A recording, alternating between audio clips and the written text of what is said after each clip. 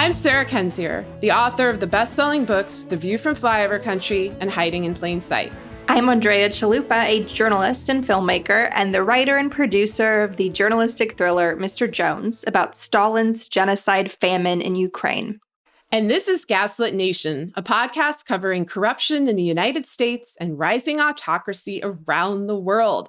And that autocracy is on display this week with Joe Biden on his world tour and his summit with Putin, which we believe we will be covering in a special episode later this week. So Joe Biden has proclaimed to our allies that, quote, America is back. But what does America is back even mean? Back from being an overt mafia state run by a sociopathic career criminal Kremlin asset? Sure. Removed from the conditions that allowed a sociopathic career criminal Kremlin asset to become president in the first place? Not so much.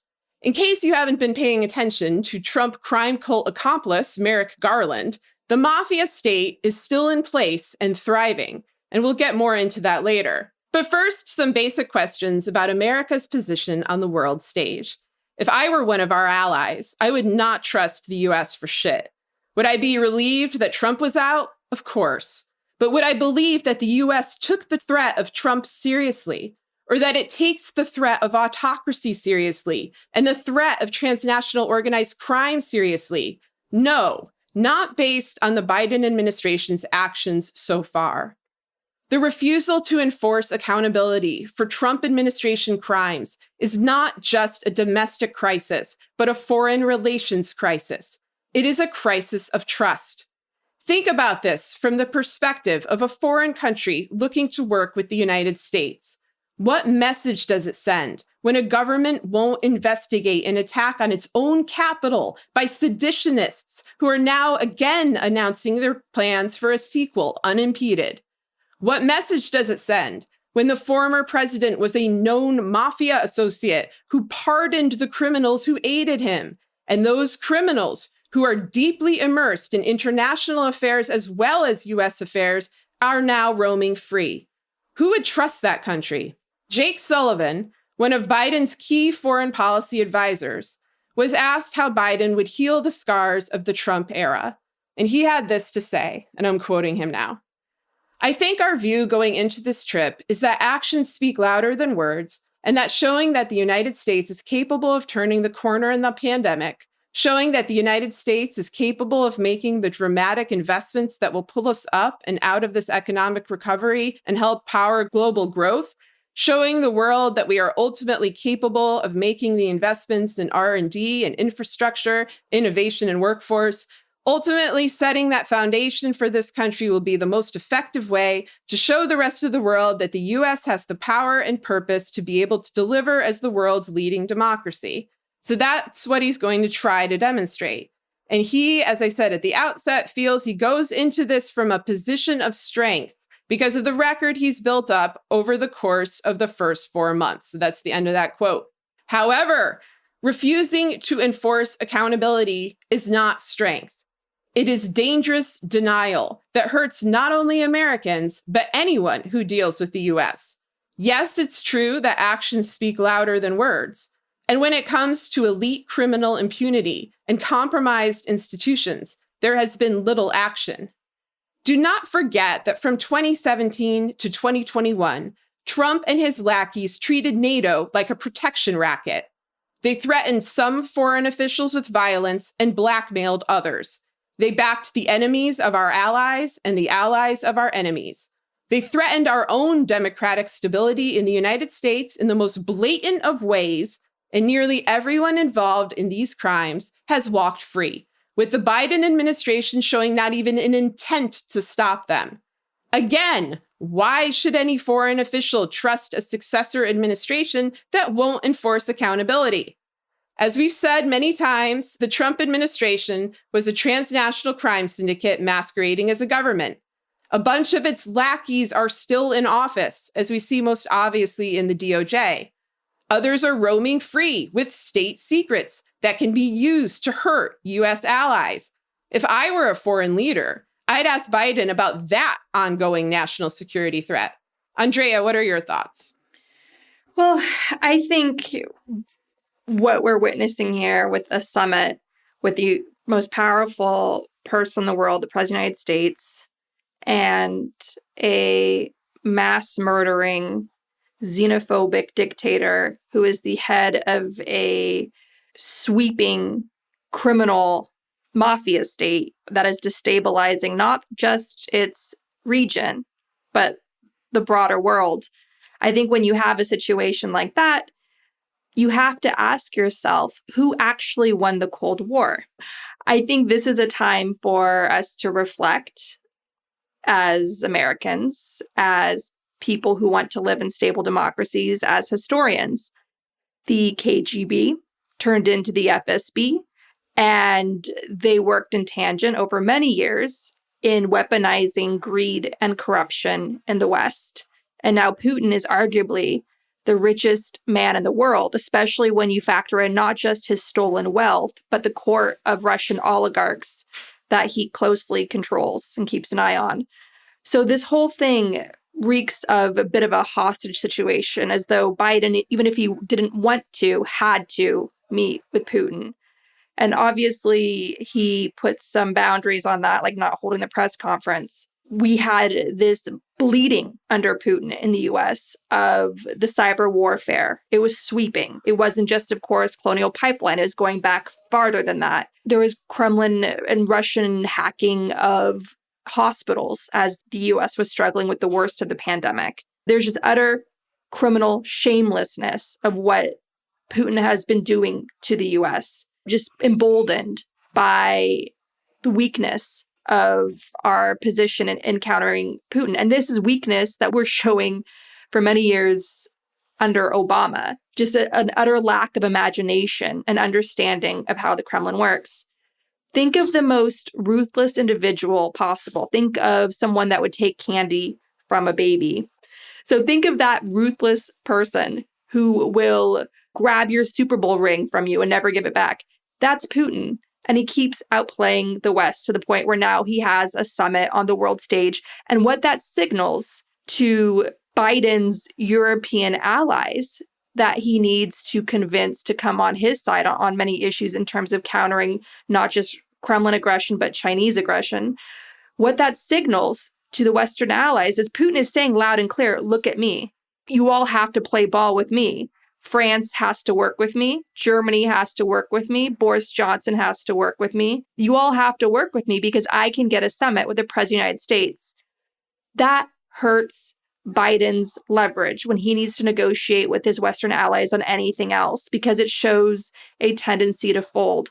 And let me tell you something else. The weird line that Jen Psaki and Biden's team keeps repeating when it comes to Putin is that they are determined to have a predictable relationship with Putin. They are determined to have a predictable relationship with Putin. They keep using that word predictable, not understanding that Putin's weapon is chaos. He thrives on chaos. He leverages chaos.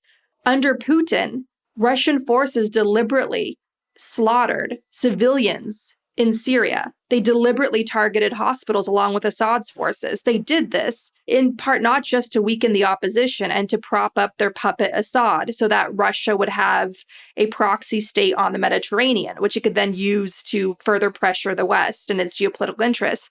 They also did this to flood Europe with refugees. And at the same time, they were financially propping up all these xenophobic, far-right political Kremlin clown cars across Europe that were running for office trying to break up the EU being a regulatory body that in principle tries to stand for accountability and human rights in principle. When you see this summit with Biden and Putin on Wednesday, if you want an indication of how well Putin is playing this hand that has been in development since the collapse of the Soviet Union, when the KGB just changed its initials to the FSB and their dark arts continued and ramped up as they took advantage of globalization by outsourcing their corruption, exporting their corruption, and buying off officials, buying off journalists, expanding their propaganda networks, expanding their shell companies, expanding their dark money across the West. If you want to see how well Putin is now harvesting those 3 decades of work,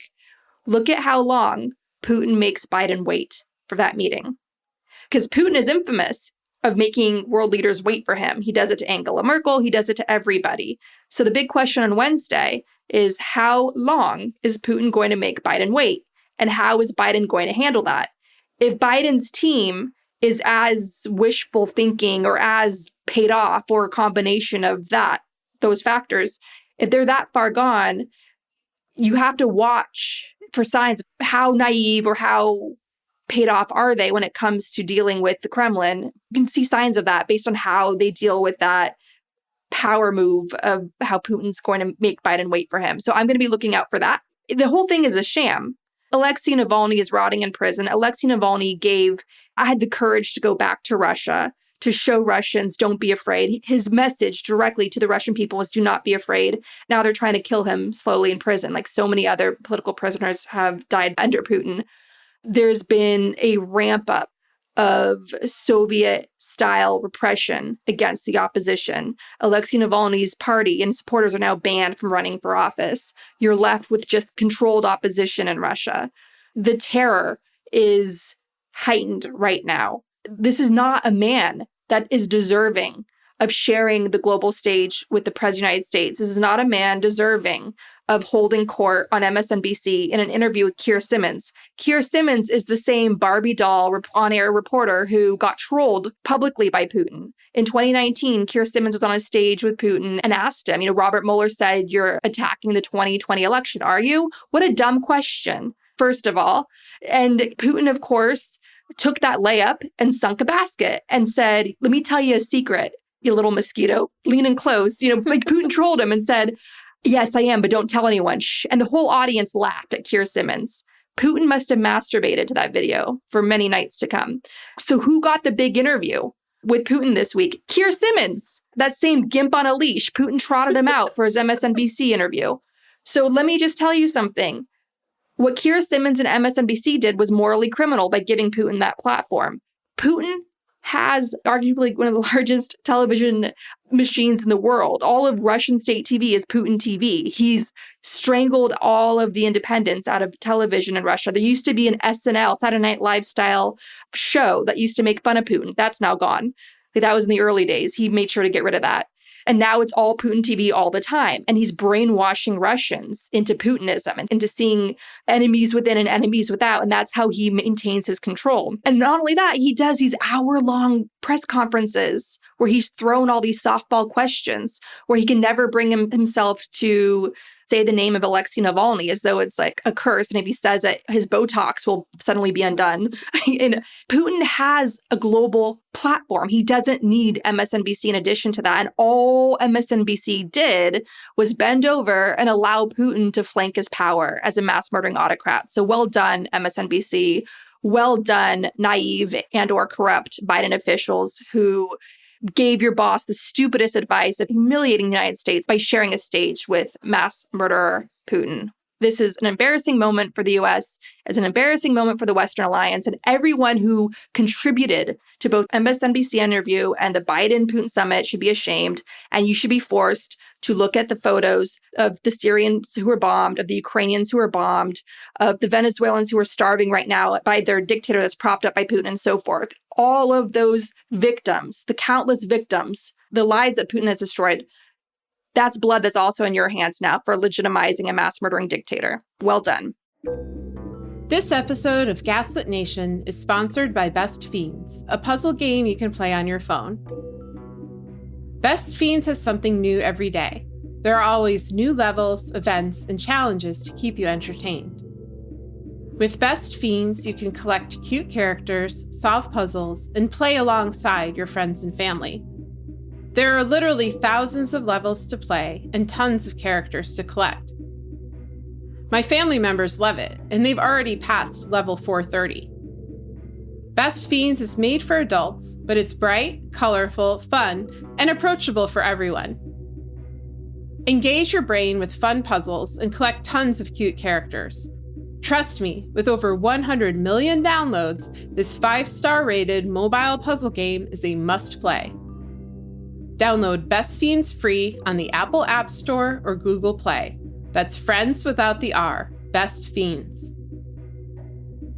As to the motivation here, I mean, part of me, like, I don't care whether it's naivete or malice in some instances, because the end result is the same. And the end result is deeply dangerous for the United States and for all of the countries you just mentioned, and for anybody in the Kremlin line of fire. And as we've noted on the show many times, the Kremlin is intertwined with transnational organized crime from around the world, with white supremacist movements from around the world, with corrupt plutocrats and oligarchs from around the world. So this is truly an international crisis, and the Biden administration has a tough challenge, and instead is preemptively folding in certain respects. As we've obviously know, it's a vast improvement than having an actual Kremlin asset supplicating himself publicly on a stage to Putin.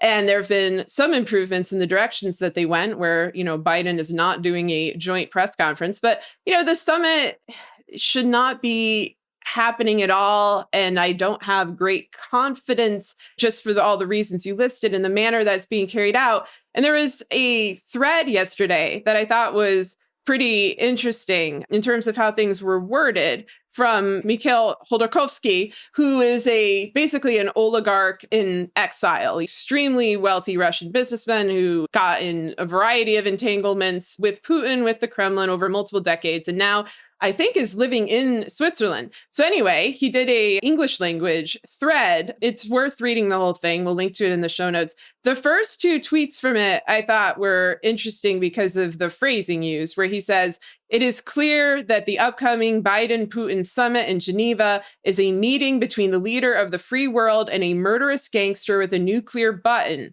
Western politicians will always claim, quote, 'we don't negotiate with terrorists,' but the reality is, of course, more nuanced, and in many cases, the devil is in the details. If a terrorist held millions hostage with a nuclear weapon, I'd be the last person to impede negotiations in this unfortunately similar scenario." I thought that was interesting. I don't think he's saying that Putin or the Kremlin are actually threatening nuclear war. I think this is a metaphorical statement, but I think that he may be implying that the extent of the cyber attacks that have been taking place steadily over a decade, and that obviously accelerated under Trump because Trump left the door open for those attacks to occur, may be effectively holding the West hostage. And I was wondering what you thought about that. I think without question, the Russian criminality under Putin is certainly holding the West hostage. I think it's not just the cyber warfare, because the big advantage that Russia has under Putin that the West doesn't seem to grasp or know how to counter at all is that Putin is willing to go there. It's the brazenness. It's, sending his spies to go kill people on British soil, then running propaganda pieces that are so ridiculous and covering up their crimes, saying, yeah, our spies were just at this cathedral just for tourism. Those dead bodies had nothing to do with us and our chemical agents. And note, the tourist excuse is the exact same tourist excuse that they're now dragging out for the Capitol attacks. These blatant acts of terrorism, they're like, oh, we're just tourists. And it's funny to them. Yeah, exactly right. I mean, there's a lot of parallels clearly with the Kremlin and Republican authoritarianism, because the active measures are the same, the psyops are the same.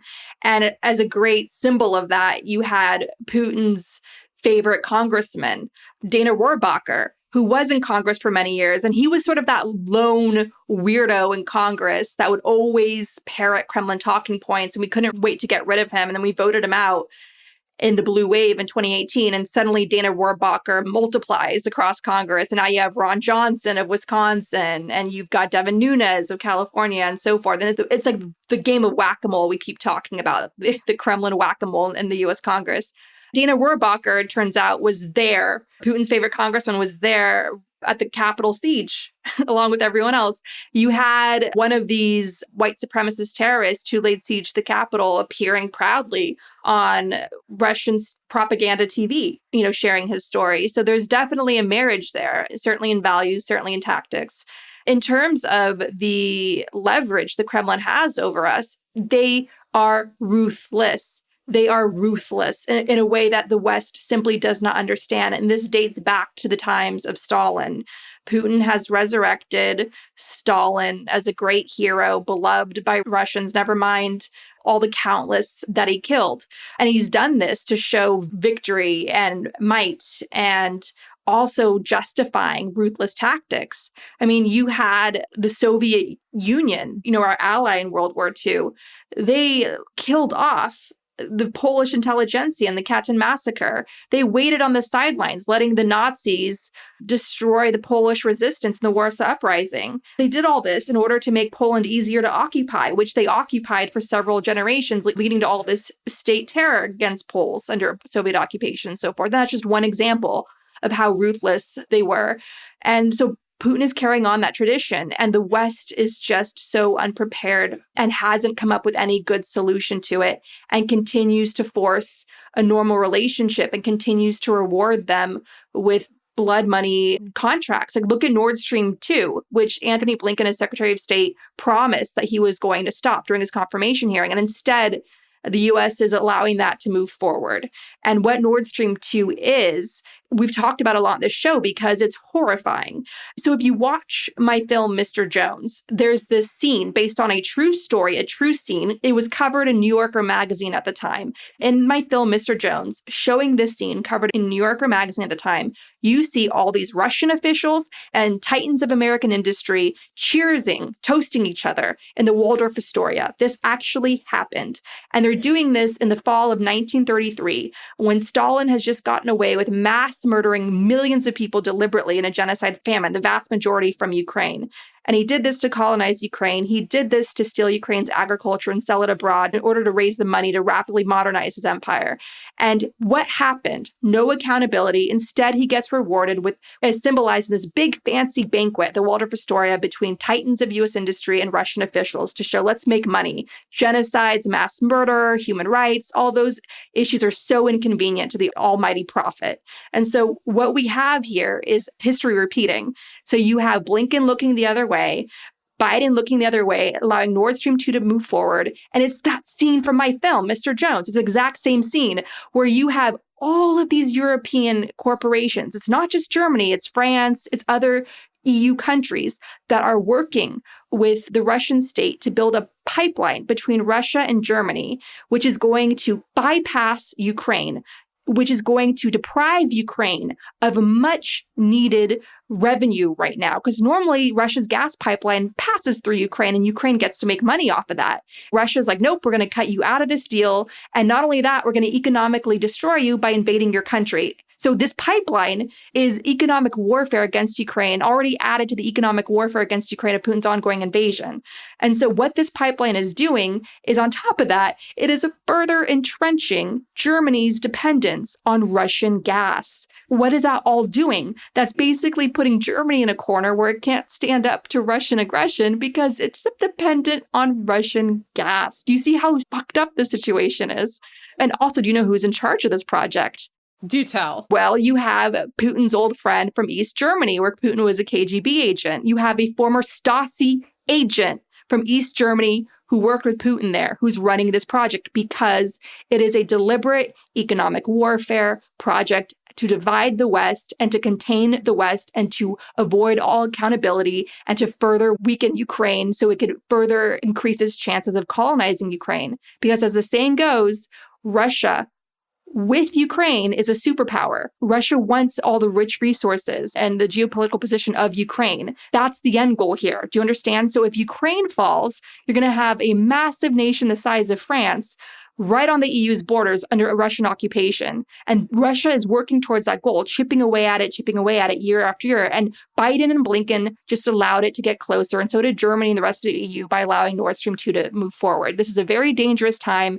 And I don't see anybody in the West showing any leadership, any spine, any strategy for containing the Kremlin's aggression. They all act as though they're waking up every morning with amnesia and trying to make friends with the biggest bully on the block. And I don't even think we have any sort of structure in place to withstand Kremlin aggression either, because you have the Kremlin asset of the Republican Party slowing down the infrastructure bill, which would go a very long way in protecting us from Russia's cyber warfare. So all of the situation combined is, I just don't know. I don't know. Yeah, I don't know what they're doing. I mean, there's been some cheering about Biden doing basic things, treating our allies in the EU, in Europe, as our allies instead of our enemy, not doing the things that Trump did, which involved threatening Canada and Australia and, the EU countries. Of course, Biden did do some things that were pointedly, meant to show that the US was going to protect former republics of the Soviet Union that are now independent states like Estonia, Lithuania,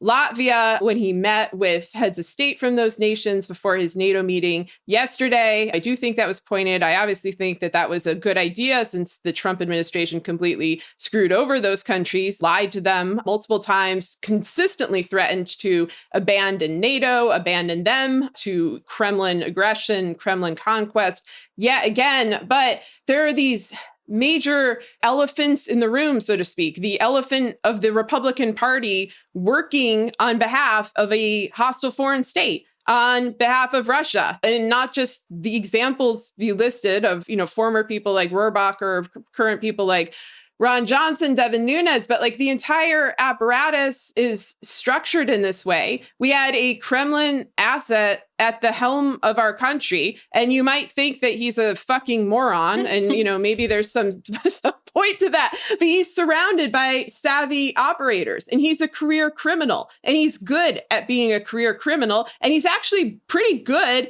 at keeping secrets when those secrets are incredibly destructive to his own financial assets, when he feels that his impunity is actually threatened. He managed to keep Epstein a secret. He kept a lot of financial transactions a secret and has threatened people into secrecy, threatened people into silence. And we'll get into that later. But I really wonder, beyond just the seeming inability of this administration to understand the terms of leverage when you deal with the Kremlin, that when you're saying we want a stable relationship and the other party is constantly privileging chaos over that you're going to be automatically on the losing end there. There are things like the cyber attack situation, the attacks on our critical infrastructure that have had me worried since 2014 when Russia attacked the DoD, the State Department, the White House, the DNC, the RNC, private companies. Then, of course, it's accelerated throughout the Trump administration. It accelerated greatly in 2020 in the worst cyber attack on the United States by a foreign country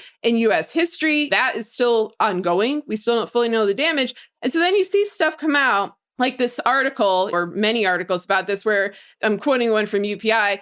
Vladimir Putin offers Joe Biden exchange of cyber criminals ahead of summit. So this is yet another strange situation where Putin says, quote, if we agree on extradition of criminals, then Russia will naturally do that, but only if the other side, in this case, the United States, agrees to the same and will also extradite corresponding criminals to the Russian Federation. And if you've listened to our interview with Bill Browder, which we taped a few weeks ago, Putin has a very loose and expansive definition of what constitutes a criminal, which is basically anyone who may oppose him, anyone who may be a threat to his power. It's the same way of viewing the world as Trump, because this is a fellow mafia state actor. And so, the Biden administration initially kind of blew this off, or Psaki said, quote, be a topic of direct discussion with President Putin and President Biden. And at that point, I had flashbacks to when Trump said that he and Putin were going to have a joint cybersecurity partnership. This is back in 2017, and that Rudy Giuliani was going to be the top cyber official. And oh God. But then, they did backtrack. The advisor I mentioned before, Jake Sullivan, clarified and said Biden is not saying he's going to be exchanging cyber criminals with Russia. There's no cyber criminals who have committed crimes in Russia that he's looking at and thinking, I'm going to exchange them. I mean, it's just all of this. I mean, I don't know. I'm biting my tongue because on one hand, it's I desperately want the Biden administration to succeed here. Like, we're not happy to be criticizing them on this. We're not happy about the lack of accountability. We're not happy that they don't really seem to have learned important lessons of the last 4 years, lessons that have to do with the very survival of the United States as a sovereign nation. And it's hard to tell at times how much they are keeping close to the chest when you're dealing with a regime like the Kremlin. I think we'll see more on Wednesday, tomorrow, in terms of how they behave and how much they are just being bullheaded about it, being extremely stubborn and refusing to actually realize, we are not in a position of strength. Like, no country could be in a position of strength when its institutions are hijacked from within, purged, gutted, its courts are packed, basic rights, like the right to vote, are deeply threatened. The Democrats are on the verge of losing the very small amount of power that they've managed to accumulate, losing the House in 2022,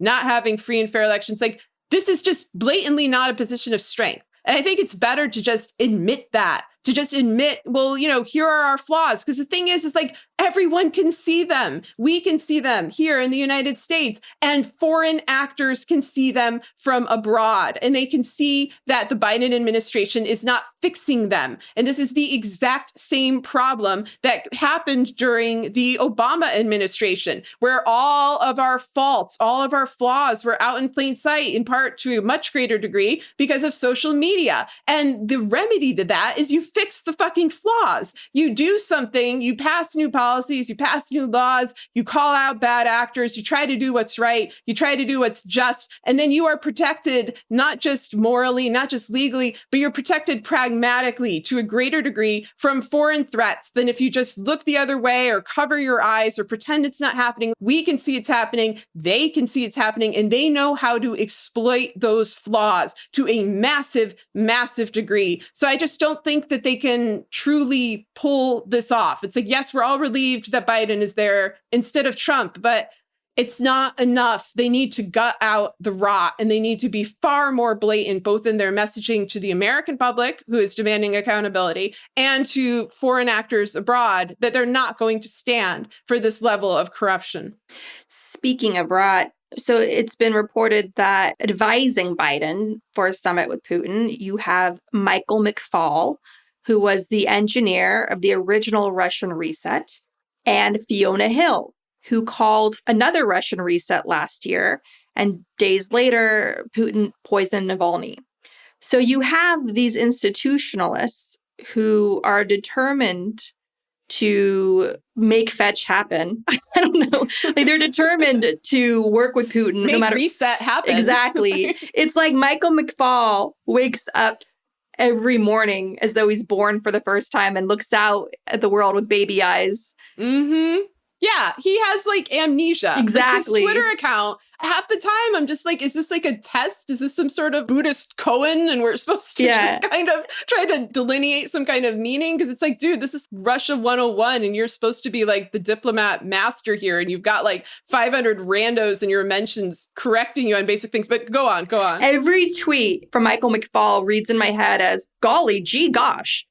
That's all. Yep. That's all Michael McFaul says. That's like his internal monologue. Fiona Hill, I don't know her excuse. I think she's just become such an institutionalist, and she's trying to be, quote unquote, bipartisan with Putin and the West, and it just doesn't work. What's the solution? You don't have a summit in the first place.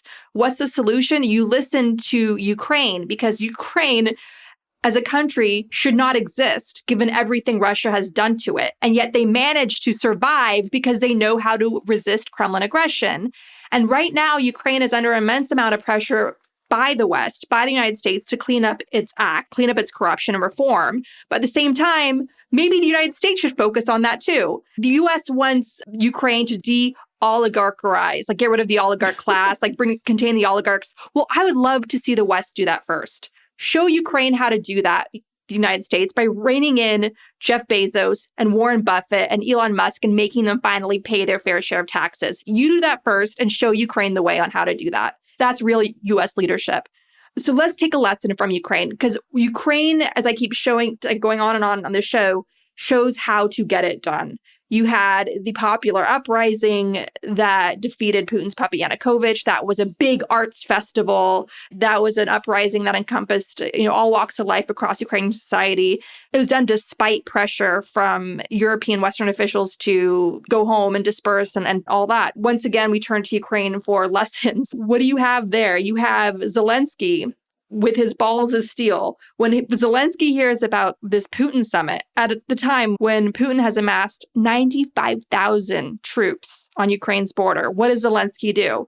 He needs to send a strong, urgent message to the White House. So he goes to Axios. He does an interview with Axios. He speaks directly to the President of the United States through Axios, saying, what the hell is this? Why are you having a summit with Putin? Please meet with me first. What happens next? That interview with Axios, that leads to Zelensky getting an official invitation to the White House. So that meeting should take place next month. And then right when Biden's about to take the stage and do his big press conference at NATO, what does Zelensky do? He takes his balls of steel and he throws them on Twitter. He announces that Ukraine is going to join NATO. And suddenly you have Twitter awash with everyone celebrating, thinking that Biden and the West actually did something right for a change and is going to bring Ukraine into NATO. This was all a big bluff, certainly to fuck with Putin's head and to force Ukraine into the conversation. So what happens? When Biden finally takes the stage for his big NATO press conference, Ukraine is the big topic of discussion. Well done, Zelensky. No one else is coming to your aid. You have to do what it takes to protect yourself. You have to be creative. And that is what he's doing. Biden, of course, had to say, no, we're not having you in NATO. You've got to clean up your act first. But again, show Ukraine how to clean up their act. Rein in your own oligarchs first and show Ukraine how to do that. As a result, Ukraine can join NATO. That path is there. But first, the West wants Ukraine to jump through all these hoops to fight its own corruption. That's going to be tough. But again, the big headline of this week's episode is if the West really wants Ukraine to get serious about corruption, the West needs to get serious about its own corruption because it's the same fucking corruption. It's the Kremlin golden handcuffs. It's the Kremlin dark money. It's the offshore bank accounts. It's all these loopholes. It's all the fancy accounting firms. It's all the legal warfare and the fancy law firms. Clean up your own damn corruption and stop putting all these unrealistic expectations and pressures on Ukraine. I'm someone that has spoken adamantly about corruption in Ukraine. I have told off Ukrainian officials to their face about the corruption in that country. And I'm telling you, West, you are failing. You are not living up to your own standards. And as a result, you are being played and you're losing your sovereignty and you're putting the lives of countless people at risk, including dissidents. You just had a young man, a young independent journalist, hijacked off a plane as it was traveling between two EU nations. And now he is being forced, he's being paraded across Kremlin propaganda TV inside Belarus, praising the great dictator, and being forced to confess to things he didn't commit. That's a violation of the Geneva Convention. So because of the Western utter lack of strategy against this aggression, all of us could be Jamal Khashoggi. All of us can be Roman Protasevich, the independent journalist in Belarus who was kidnapped by Putin's puppet in Belarus. He hijacked off that plane. All of us are those dissidents right now when you have such a shameful, embarrassing, self-defeating foreign policy as we're seeing coming out of Blinken right now and Biden and their team and their Chamberlain advisors. It's just utter appeasement to Putin and his mafia state. So let's move on now to Blinken because we've got some things to say about him specifically. Welcome to the Anthony Blinken special. Go for it. So, you know how on Wall Street, you know how Wall Street works? People put in their time on Wall Street or they go, then they go to the SEC, which is supposed to be the regulatory body of Wall Street. And it just becomes a revolving door of corruption. You work in the SEC, then you get a fancy job in Wall Street. So nobody's really watching. Basically, the foxes are guarding the hen house. That's how the SEC works. That's how Wall Street works. And now, as a result, you have Wall Street being a gambling den. And all the gambling pit bosses that allowed the big financial crash of 2008 to happen, they're all back at it again and we're vulnerable to another crash, right? That's because we have a weak SEC. So you have the same thing going on with the DOJ. Why do you think Trump was allowed to come into power in the first place? Why do you think you've had all these slaps on the wrists? And why do you think corruption is flourishing right now in America? Because you have these DOJ lawyers that's put in time at the DOJ, and then they rake in all this money working at like a handful of powerhouse law firms. It's a revolving door of corruption. Key examples of this is you had, and the FBI works the same way, you had two FBI directors, William Sessions and Louis Freeh, go from being directors of the FBI to serving as lawyers to the Russian mafia. So again, a revolving door of corruption. So Anthony Blinken has entered his own revolving door of corruption after serving in the Obama White House, where he should have had a come to Jesus moment where from that time under Obama, he should have woken up to, wow, global corruption really made us vulnerable to Putin's attack in 2016. And how do we make sure that never happens again? Instead, Blinken spent his years after Obama's White House and under Trump raking in a bunch of money, setting up his own lobbying firm and serving a lot of massively powerful, giant corporate clients who are currently causing a lot of destruction on the planet. And so because he had so many lucrative contracts in his time before becoming Secretary of State, how are we to expect he's going to be serving what's best for the American public if it might jeopardize the interests of his former or potential clients? So some of these clients include Facebook. Yep, Blinken was serving Facebook. Facebook is, of course, the Fox News of social media. It's pushing out the big lie, hate speech, and flooding the zone with shit, as Steve Bannon would call it. Facebook has been defiant in whitewashing their role in furthering political extremism and dangerous disinformation. This, of course, has led to real-world violence. One key example of this is Kyle Rittenhouse, the kid who organized over Facebook an effort to go out and confront Black Lives Matter protesters in Wisconsin, which led to Kyle Rittenhouse killing 2 innocent people in cold blood and becoming a right-wing hero for it because all these people are brainwashed over Facebook. Then you have Blackstone, another Blinken client. According to The Intercept, a top financier of Trump and McConnell is a driving force behind Amazon deforestation. Steve Schwartzman is the CEO of the Blackstone Group, which partially owns a Brazilian firm that is helping transform the Amazon from jungle to farmland. All right, so Biden wants to make fighting climate change central to his foreign policy. He's talking about this during his Europe tour. He has the former Secretary of State, John Kerry, in a role solely dedicated to the U.S. global effort for fighting climate change. But yet his current Secretary of State worked for Blackstone Group, which is strangling the lungs of the planet by raking in money over deforestation in the Amazon. So how does that work, Anthony Blinken? Then you have Boeing. Boeing was another client. Boeing has, of course, a long history of corruption and utter lack of transparency. Boeing has had to pay millions in fines for overcharging the U.S. government in their contracts. The most recent scandal, of course, was gambling with public safety in order to protect its profits, which led to 2 deadly plane crashes by its 737 MAX jets. Boeing, a giant greedy corporation with a serious transparency issue. Blood money is more important than public safety, apparently, for Boeing. And then there's more from the Wall Street Journal. Mr. Blinken, through his share of Ridgeline Partners, LLC, which is part of West Exec Ventures, which is his lobbying firm where he's been serving all these big corporate clients I've been listing. Mr. Blinken, through his share of Ridgeline Partners, LLC, which is part of WestEc Ventures, indirectly holds stakes in a dozen technology companies, half of which involve data management. One tech firm included on Mr. Blinken's disclosure form, Elroy Air, develops drones. 2 companies, Neural Magic and Zenith, operate in the artificial intelligence sector, while Raven Ops develops robotics. Arrangements have been made to divest the interest in Ridgeline, according to the disclosure form. And this is from the Wall Street Journal. We'll link to it in the show notes for this episode, which you find as always on the Patreon page. Great. So we have a Secretary of State who has in the past profited from artificial intelligence and robotics, which, as we're always saying on this show, the authoritarian playbook is classic. It's predictable. It's the same tools of repression and terror used generation after generation. There's nothing novel about the authoritarian playbook. Where it becomes harder to predict is how technology evolves and how technology can be used by the authoritarians to suppress people.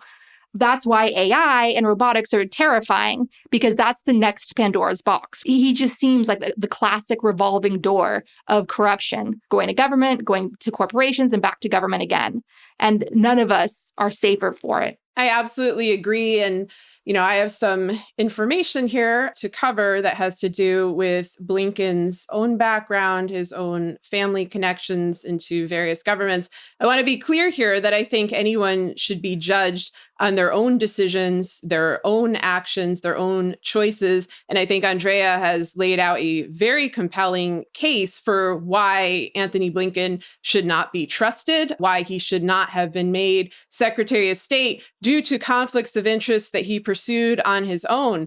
But on top of that, there are conflicts of interest with Blinken that make him in the Secretary of State role a challenge for the Biden administration regardless. This is just something that should have been discussed earlier and considered. So Antony Blinken's stepfather, the man who raised him, is Samuel Pisar. And Samuel Pisar, throughout the latter half of the 20th century, was a mainstream figure, a major figure in world affairs. He served in the JFK administration. He worked for the United Nations. He was made a member of the French Legion of Honor by Nicolas Sarkozy. Sarkozy, of course, went on to be indicted and convicted for corruption, but that's another story. The thing that is disturbing about Samuel Pisar is that he was also the lawyer and very close friend of Robert Maxwell, who we have discussed on this show many times. So Robert Maxwell is a key figure in what we've been calling the transnational crime syndicate masquerading as a government, or at least he was until he died mysteriously on a yacht or off a yacht in November of 1991. Give you the short version.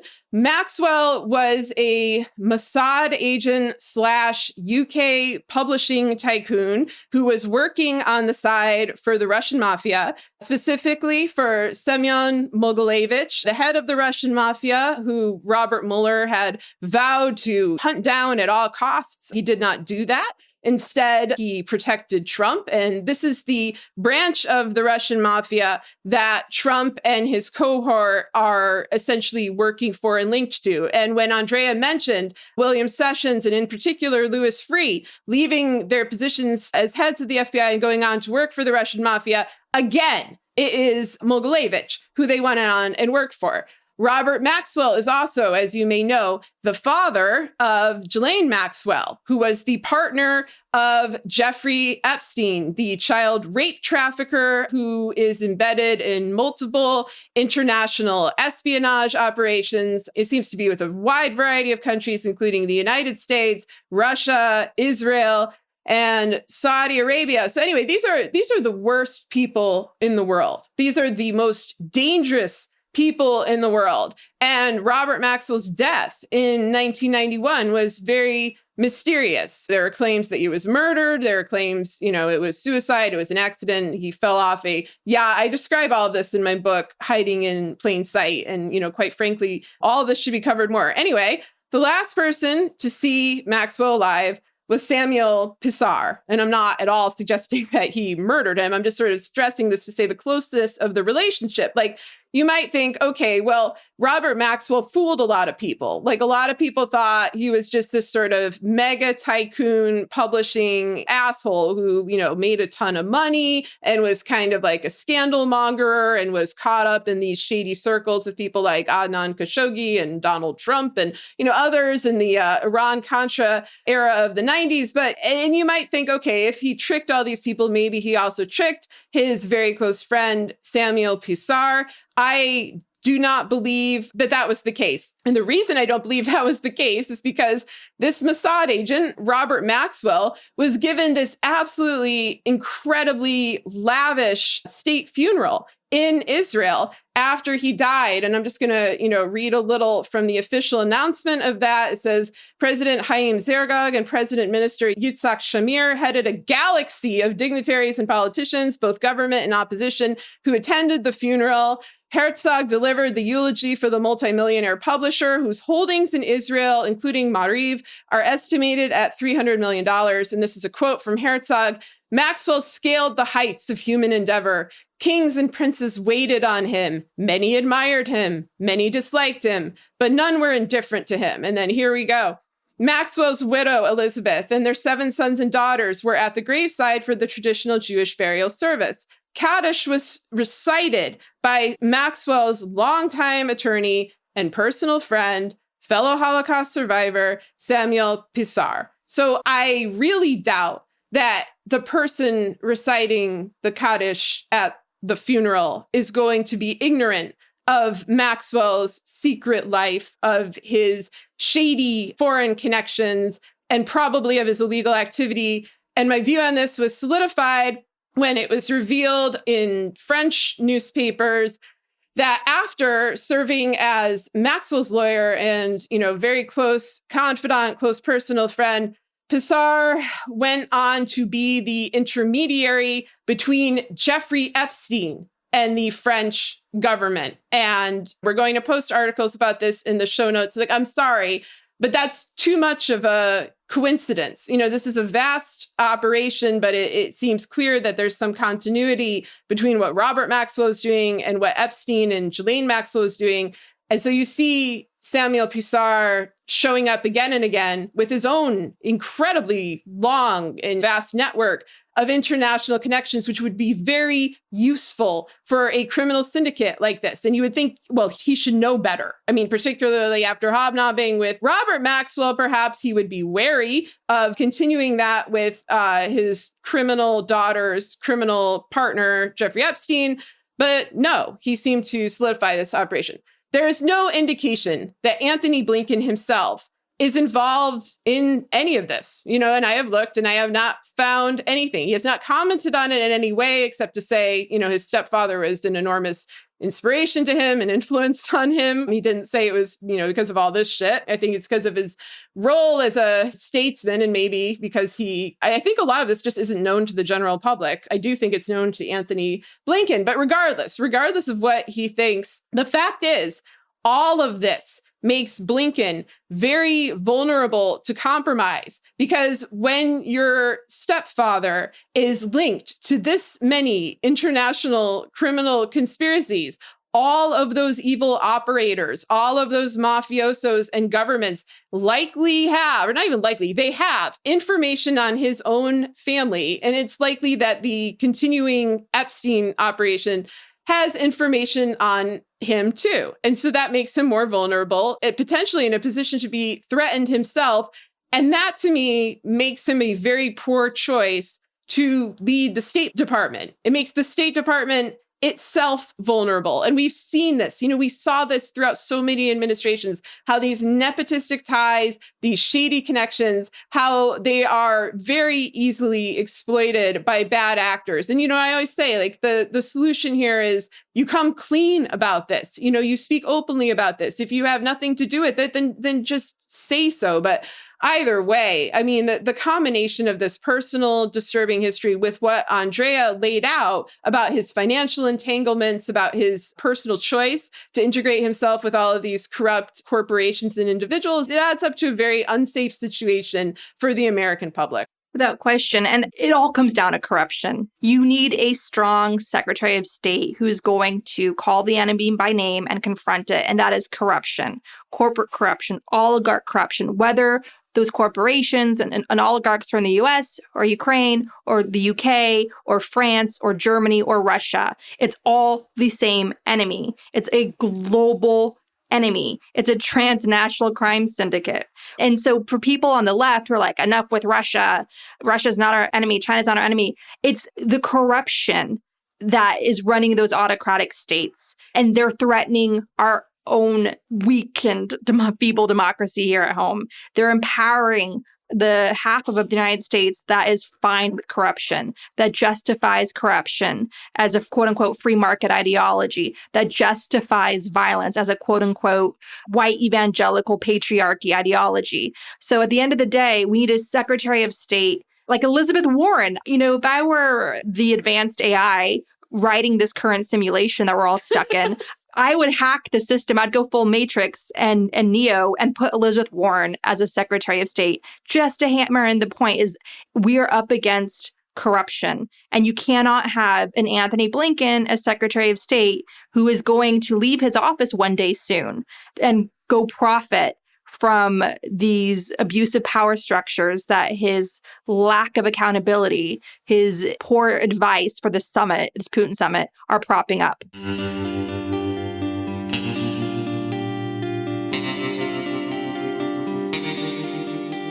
Our discussion continues, and you can get access to that by signing up on our Patreon at the Truth Teller level or higher. We want to encourage you to donate to your local food bank, which is experiencing a spike in demand. We also encourage you to donate to GLAAD, an organization on the front lines of fighting for the rights of LGBTQ people at a time when they, especially trans people, are under attack by repressive and harmful Republican legal warfare. Support their critical work at GLAAD, GLAAD.org. We also encourage you to donate to the International Rescue Committee, a humanitarian relief organization helping refugees from Syria. Donate at rescue.org. And if you want to help critically endangered orangutans already under pressure from the palm oil industry, donate to the Orangutan Project at theorangutanproject.org. Gaslit Nation is produced by Sarah Kenzier and Andrea Chalupa. If you like what we do, leave us a review on iTunes. It helps us reach more listeners. And check out our Patreon, it keeps us going. And you can also subscribe to us on YouTube. Our production managers are Nicholas Torres and Carlin Daigle. Our episodes are edited by Nicholas Torres, and our Patreon exclusive content is edited by Carlin Daigle. Original music in Gaslit Nation is produced by David Whitehead, Martin Vissenberg, Nick Farr, Damian Arriaga, and Carlin Daigle. Our logo design was donated to us by Hamish Smith of the New York-based firm Porter. Thank you so much, Hamish. Gaslit Nation would like to thank our supporters at the producer level on Patreon and higher: Sean Rubin, Todd S. Perlstein, Pat, Kenny Main, John Schoenthaler, Frank Jacquette, Ellen McGirt, Jill Farron, Larry Gasson, Erica Moore, Karen A. Deal, Nika Phillips, Brian E. Castor, Lex Reed, Andrea Scalzo, Malicia Howland, Karen Heisler, Jordan Sanders, Ann Bertino, Rachel Winder, T.R. Dunstan, Kim, John Millett, David East, Shannon Nacy, Ida, Chris Fellow, Jody Pop, Kristen Bredemus, Ben Wheaton, Joseph Mara Jr., Rich Holcomb, Thomas Scheibe, Kelsey Malsom, Julie Matthews, Meganopolis, Mark, Matthew Womack, Sean Berg, Kristen Custer, Tracy Ash, Benjamin Galuza, Kai Gillis, Sharon Hattrick, Irv Robinson, Keith Goldschach, William Barry Reeves, John Atris, Richard Smith, Emmy, Kevin Gannon, Sandra Collins, Katie Masuris, John Laughlin, Jeff Thompson, James D. Leonard, Evan Rosemore, Leo Chalupa, Carol Golstad, Michael Wooldridge, Crimer No Criming, Jason Benke, Joe Darcy, Ann Marshall, Jeremy Lewis, Shriegve, Christine M., D.L. Singfield, Matt Perez, Nicole Spear, Kelly Ranson, Brian Tajudin, Christy Vitale, Maureen Murphy, Michelle Dash, Jens Eilstrup Rasmussen, Dorothy Kamerick, Victoria Olson, Alabama, ZW, Lisa LaFlame, Jason Bainbridge, Catherine Anderson Karina, Sarah Gray, Mike Tripico, Diana Gallagher, John Ripley, Ethan Mann, Jennifer Slavic, Yay Itzma, David Porter, Kate Cotton, Kim Mellon, Leah Campbell, Lynn Schneider, Jared Lombardo, Karen Humphreys, Giles Boquet, Ann Marshall, Irina Guardia, Eric Kaplan, Sonia Bogdanovich. and Tanya Chalupa. Thank you all for your support of the show. We could not make Gaslit Nation without you.